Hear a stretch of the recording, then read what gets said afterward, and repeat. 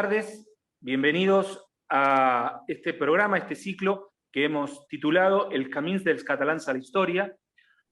Hoy tenemos el gusto de recibir a nuestro gran amigo, el doctor Alejandro Fernández, el cual nos instruirá hablando del gran patriota argentino-catalán, Domingo Mateu. Buenas tardes, Alejandro. Buenas tardes, Josep, un placer conversar contigo. Bueno, comenzando este diálogo, me gustaría que nos cuentes dónde nace Domingo Mateu y en qué año. Mateu es nativo de Mataró, en la comarca del Maresme. Él nació en 1765. Precisamente en estos días se está cumpliendo un nuevo aniversario de su nacimiento. Hizo su escuela primaria allí en Mataró y luego siguió perfeccionándose en náutica y en comercio en Barcelona. Él se radica en Buenos Aires. ¿En qué lugar específicamente? Bueno, él en realidad se radica en Buenos Aires a comienzos de la década de 1790. Él había viajado a Buenos Aires porque, como decía, tenía mucha vinculación con la náutica, entonces va haciendo viajes comerciales, primero al Caribe y luego al Río de la Plata, y finalmente se establece en Buenos Aires, y lo hace en una zona muy céntrica. Bueno, en aquel entonces, por supuesto, Buenos Aires era una ciudad pequeña todavía, a una cuadra de la Plaza Mayor, en la calle de la Merced, que actualmente es la calle Perón, a una cuadra de la Plaza Mayor, en un barrio que se denomina de Catedral al Norte. Contame un poquito más de cómo es su familia, qué hacía su familia en Mataró y por qué esta relación tan con lo marítimo. Bueno, el padre era un comerciante importante, comerciante de ultramarinos, de productos textiles. Tenía mucha vinculación con Cuba, con América Central, con las Filipinas. Tanto Cuba como Filipinas, bueno, por supuesto, formaban parte del Imperio Español, y América Central también por entonces. Y también con el Río de la Plata, sobre todo por los cueros que enviaban hacia Cataluña. Y por lo tanto, esos vínculos comerciales, digamos, explican en buena medida ese nexo que él va a tener paulatinamente con el Río de la Plata y el haber tomado la decisión de establecerse. Pero él tenía varios hermanos que se fueron estableciendo en distintos lugares de América o de España. El hermano mayor siguió allí viviendo en Barcelona y era un poco el jefe del negocio después de la muerte del padre. Tenía otro hermano que estaba en Guatemala, otro hermano en Filipinas, un tercero que estaba en Sevilla y él en Buenos Aires. Y entre todos ellos estaban conectados a través de los negocios. O sea, es muy interesante ver el criterio familiar de una red, una yarya familiar, y tenían claro cómo hacer negocios. O sea, como comerciantes eran comerciantes prósperos. Sin duda, sin duda. Cuando él llega a Buenos Aires, la familia de Mateu era una familia próspera, una familia bien establecida en Barcelona y, como digo, con vinculaciones en América y en Filipinas. Pero además era un caso típico de migración de los catalanes de la época, que emigraban a América siguiendo las huellas del comercio, para tratar de incrementar el comercio con las colonias americanas y con Barcelona. En Barcelona se procesaban muchos de los productos que llegaban de América, por ejemplo, los cueros que llegaban del Río de la Plata, o por ejemplo también el aguardiente desde el Caribe. Distintos productos que o se consumían o se procesaban en Cataluña, y por lo tanto esta decisión de emigrar debe entenderse dentro de esa lógica de la red comercial.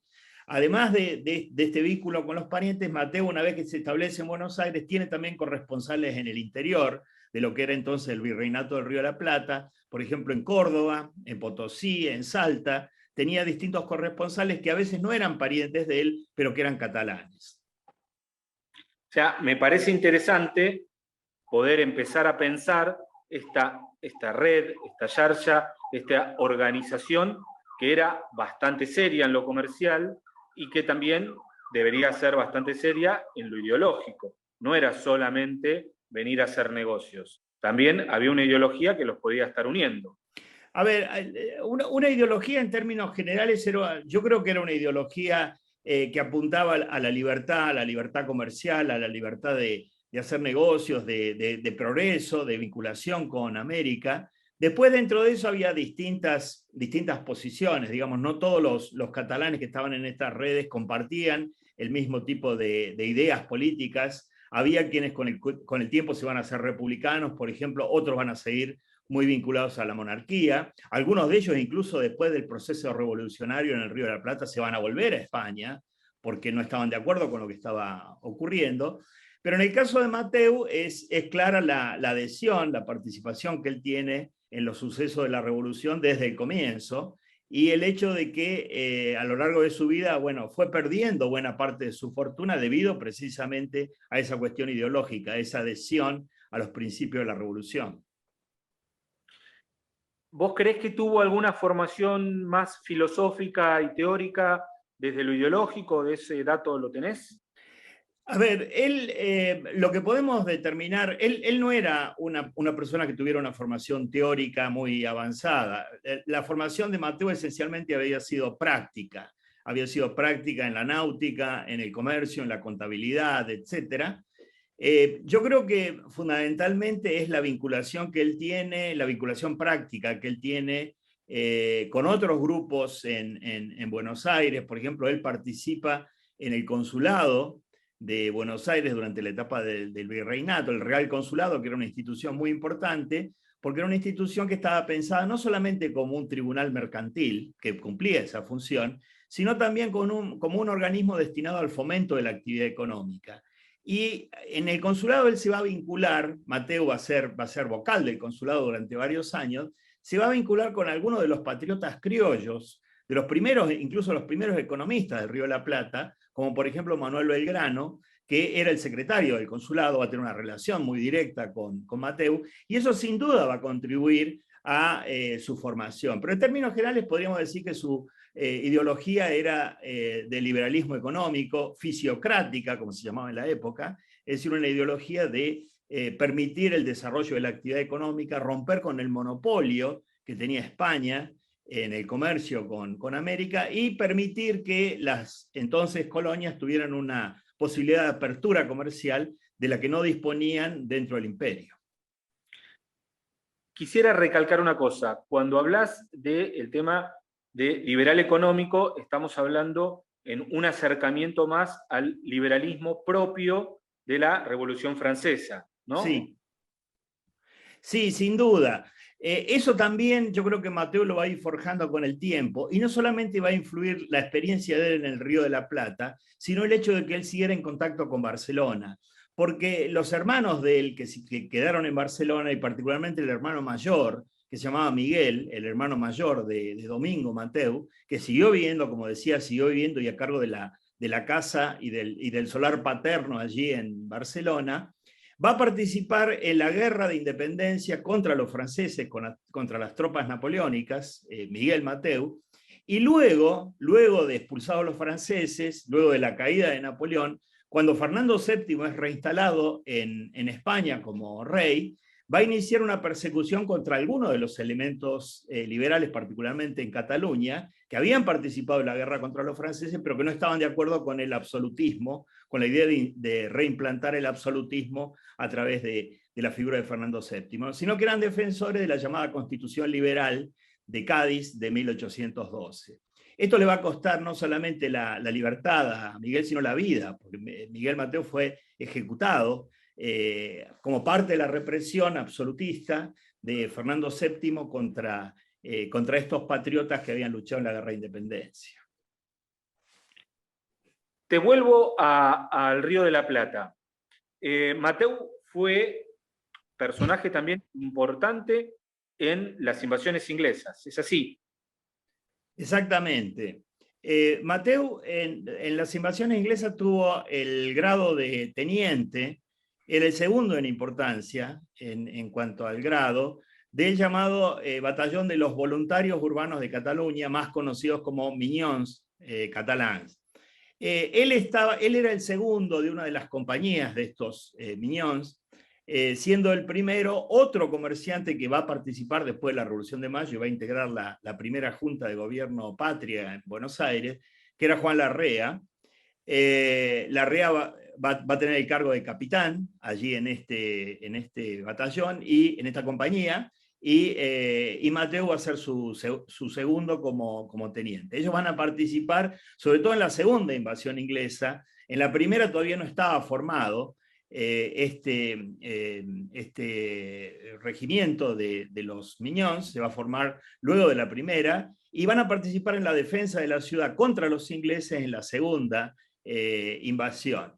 Quiero remarcar que luego de la primera invasión inglesa, como estaba la perspectiva más o menos inminente de que los ingleses iban a volver, iban a intentar de nuevo tomar Buenos Aires, se formaron por un lado los regimientos criollos, o sea, los regimientos de nativos del Río de la Plata, agrupados según orígenes regionales, y también los regimientos de peninsulares, pero también con un criterio de agrupamiento regional, ya que había, por ejemplo, tercios de andaluces, de vizcaínos, de gallegos, y de catalanes estos miñones. Estos cuerpos cuerpos militares van a desempeñar un papel muy importante durante las invasiones y van a formar parte del triunfo en contra de la segunda invasión inglesa. O sea, en la segunda invasión la ciudad no llega a ser tomada por los ingleses, a diferencia de la primera, debido precisamente a la defensa que hacen criollos y peninsulares agrupados cada uno por su lado. Uno tiene en claro, a veces supone cosas. Me parece importante remarcar que en Buenos Aires hubo dos grandes invasiones, porque Buenos Aires, igual que a veces hoy en día, somos un lugar de muchas materias primas. Entonces, los ingleses que venían haciendo comercio y se frustra el comercio en un punto, necesitan agarrar las tierras. Eso me parecía importante remarcar un poco porque los que nos van a ver en este video a veces no conocen que hubo dos invasiones y que a su vez es más, que uno de los batallones ingleses perdió las banderas y la reina no los deja desfilar con las banderas porque las banderas están aquí en el convento de Santo Domingo de Buenos Aires. Volviendo a nuestro amigo Mateu, Mateu ya se implica, saltamos un poquito, ya estamos en 1810, las invasiones fueron antes, fueron el comienzo del 1800, 1810 ya empieza a ebullir la necesidad de un gobierno patrio porque claramente también hay una necesidad económica. ¿Cuál fue la participación ahí? Bueno, él, digamos, a partir de 1808 la situación en la península empieza a cambiar radicalmente porque es precisamente cuando Napoleón invade la península y bueno, desplaza al monarca español, a Carlos IV primero, a Fernando VII después, para instalar a su propio hermano, José Bonaparte, instalarlo como rey. En principio se forma una junta en Sevilla para tratar de representar al rey cautivo, en ausencia, el rey cautivo de Fernando VII, y esto va a empezar a tener repercusiones en el Río de la Plata. Comienza así una cierta desconfianza respecto de cuál es la actitud de los peninsulares y una cierta intriga por parte de los criollos en el sentido de si tenían que seguir o no vinculados con España mediante ese vínculo colonial, ese lazo colonial, teniendo en cuenta que el rey estaba cautivo. Pero mientras siguió existiendo la Junta de Sevilla, desde Buenos Aires se siguió obedeciendo e incluso la Junta de Sevilla manda al último virrey a Buenos Aires, que es el virrey Cisneros, llega a mandarlo la Junta de Sevilla, no el rey, porque el rey, ya digo, estaba cautivo, y es recibido y aceptado en Buenos Aires. Pero en abril-mayo de 1810 la situación vuelve a cambiar, porque ya Sevilla cae en poder de las tropas napoleónicas y por lo tanto la Junta deja de existir, se forma lo que se llama un Consejo de Regencia, que existía simplemente ahí en Cádiz y en la isla de León, porque estaba defendido por la flota británica, que era aliada de España, digamos, en la guerra contra Francia, pero nada más que eso, prácticamente ya no había ningún tipo de representación. Y ahí sí se decide, bueno, que ha llegado el momento de poner al virrey y nombrar una junta en su reemplazo. Mateu participa directamente en las sesiones del llamado Cabildo Abierto del 22 de mayo de 1810, que es una asamblea en la cual participan alrededor de 250 vecinos de la ciudad, y en la cual se toma la decisión de poner al virrey y nombrar una junta. Si bien hay distintos votos en esa asamblea, porque estaban los realistas que querían la continuidad del virrey, aún formando una junta, incluso la posibilidad de formar una junta, pero presidida por el virrey, etc., Mateu vota como votó el principal jefe militar criollo de Buenos Aires, que era Cornelio Saavedra, que votó por la deposición del virrey y porque el poder revirtiera en el Cabildo de Buenos Aires hasta que se formara un gobierno y se enviaran diputados o representantes desde las ciudades del interior hacia Buenos Aires para formar una junta en representación, siempre manteniendo la idea de que era en representación de Fernando VII. O sea que Mateu es claramente un aliado de los grupos patriotas que llevan adelante la revolución ya en el Cabildo Abierto del 22 de mayo. Al margen de ser un aliado, se arma la primera junta y tanto Larrea, Catalán también, como Mateu, Catalán también, forman parte de la primera junta. Una cosa para nosotros, los argentinos catalanes, muy importante, porque desde el primer gobierno patrio ya había catalanes que con ideas liberales de la Revolución Francesa luchaban por el crecimiento de una nueva nación. ¿Qué lugar ocupó ahí Mateu? En la primera junta, Mateu es uno de los vocales, uno de los 6 vocales. La junta tenía un presidente que era Cornelio Saavedra, como militar, el jefe del principal regimiento criollo, que era el regimiento de los patricios. Saavedra en tal condición fue designado el presidente de la junta. Había luego 6 vocales, uno de los cuales era Mateu, otro era Larrea, y 2 secretarios. Pero salvo Larrea y Mateu, todos los demás eran americanos. O sea, los únicos 2 europeos y catalanes en la primera junta eran precisamente Larrea y Mateu. O sea que el lugar de ellos es muy destacado desde el comienzo. Ellos forman parte de este grupo. Hay quienes sostienen que lo que se trató es de darle una representación a los grupos mercantiles, a los grupos comerciales de Buenos Aires, pero que no estuvieran necesariamente asociados con el monopolio español, sino con la apertura comercial, que tuvieran una idea de defender la apertura comercial, el comercio no solo con España, sino con el resto de los países neutrales, o incluso eventualmente con países que estuvieran en guerra con España, como una política de apertura comercial, digamos que, bueno, el propio Mateu había defendido. A mí me salta siempre un excursus, ¿no? Es decir, cómo la necesidad de que los que vivían de este lado del Río de la Plata vivan más dignamente, puedan comercializar más dignamente y no que el rey se lleve tantos tributos y hacer que la vida de acá fuera más digna, ¿no? O sea, como ese planteo a veces dicotómico entre ideología y economía, tan propiamente maniqueo a veces de nuestra cultura occidental, acá se unía, ¿no? Es decir, tanto Larrea como Mateu quisieron una mejor vida para los criollos, y no criollos, sino para los que vivían en el suelo del Río de la Plata, y eso implicaba generar nueva apertura económica. ¿Y por qué tuvo que asumir en un momento la presidencia?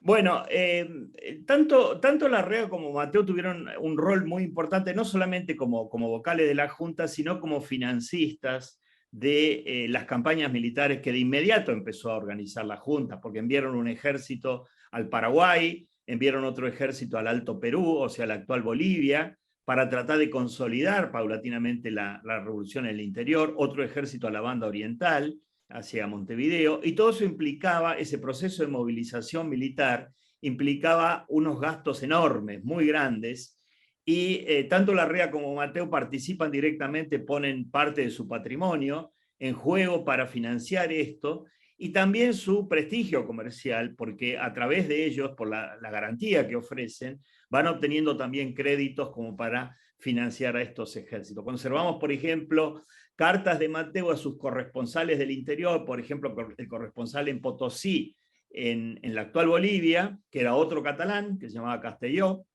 le escribe Mateu pidiéndole que apoye financieramente al ejército que se había enviado desde Buenos Aires, que lo apoye ahí en Potosí, que le dé subsistencia, que le dé vestuario, etcétera, cargándole a él en su cuenta como corresponsal comercial, el costo de esa operación, ¿no? O sea que el lugar que ellos tenían en ese proceso era muy importante. La revolución necesitaba generar recursos muy rápidamente por ese proceso de movilización militar que era muy, muy amplio, desconocido hasta ese momento en esa magnitud.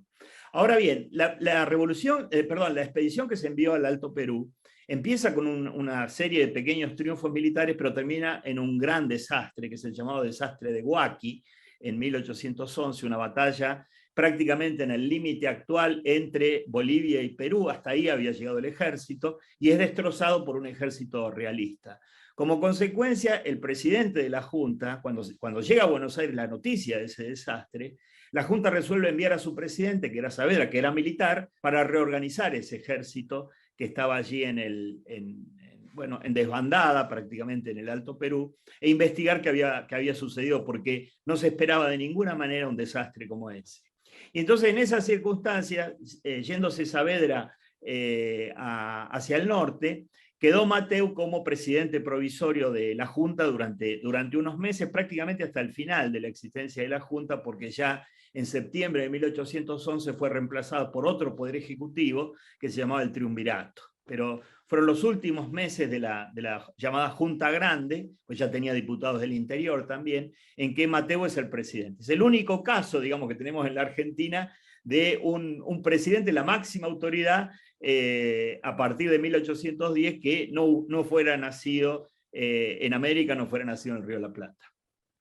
Y fuera catalán, por sobre todo. Y fuera catalán, además. Yendo al final un poco de su vida, él muere pobremente. ¿Qué sucedió? Bueno, él, desde el punto de vista político, con ese paso de la Junta Grande al Triunvirato, él ya va perdiendo paulatinamente poder político, me refiero, y bueno, había comprometido severamente su patrimonio con este proceso de financiación de los ejércitos de la revolución.